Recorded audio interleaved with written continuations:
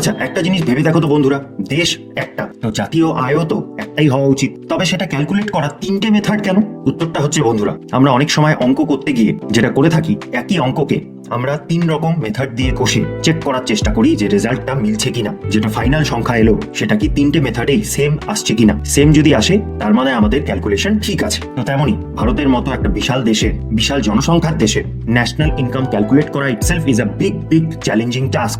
এত মানুষের আয় ইন্ডিভিজুয়ালি ফাইন্ড আউট করে, যোগ করে ন্যাশনাল ইনকাম ক্যালকুলেট করা প্রচন্ড একটা খাটনির কাজ। তাই আমরা বিভিন্নভাবে, স্পেসিফিক্যালি 3টে ভাবে ক্যালকুলেট করে দেখার চেষ্টা করি যে আমাদের ক্যালকুলেশনটা কতটা অ্যাকুরেট হলো। 3টে মেথডই কিন্তু বন্ধুরা, এটা খেয়াল রাখবে, একটাই সংখ্যা আইডিয়ালি দেওয়ার কথা। তবে হ্যাঁ, ডিউ টু আনঅ্যাভেলেবিলিটি অফ ডেটা, রিয়ালিটিতে কিন্তু 3টে মেথডের মধ্যে একটু ডিসক্রিপেন্সি দেখা যায়, অর্থাৎ সংখ্যাগুলো সেম আসে না, কিছুটা ডিফারেন্স রয়ে যায়। তবুও আমরা 3টে মেথডে ক্যালকুলেট করি যাতে মার্জিন অফ এরারটা এক্স্যাক্টলি কতটা হচ্ছে সেটা আইডেন্টিফাই করা যেতে পারে এবং সেই অনুযায়ী আমাদের পলিসিগত বিষয়গুলো আমরা নির্ধারণ করতে পারি।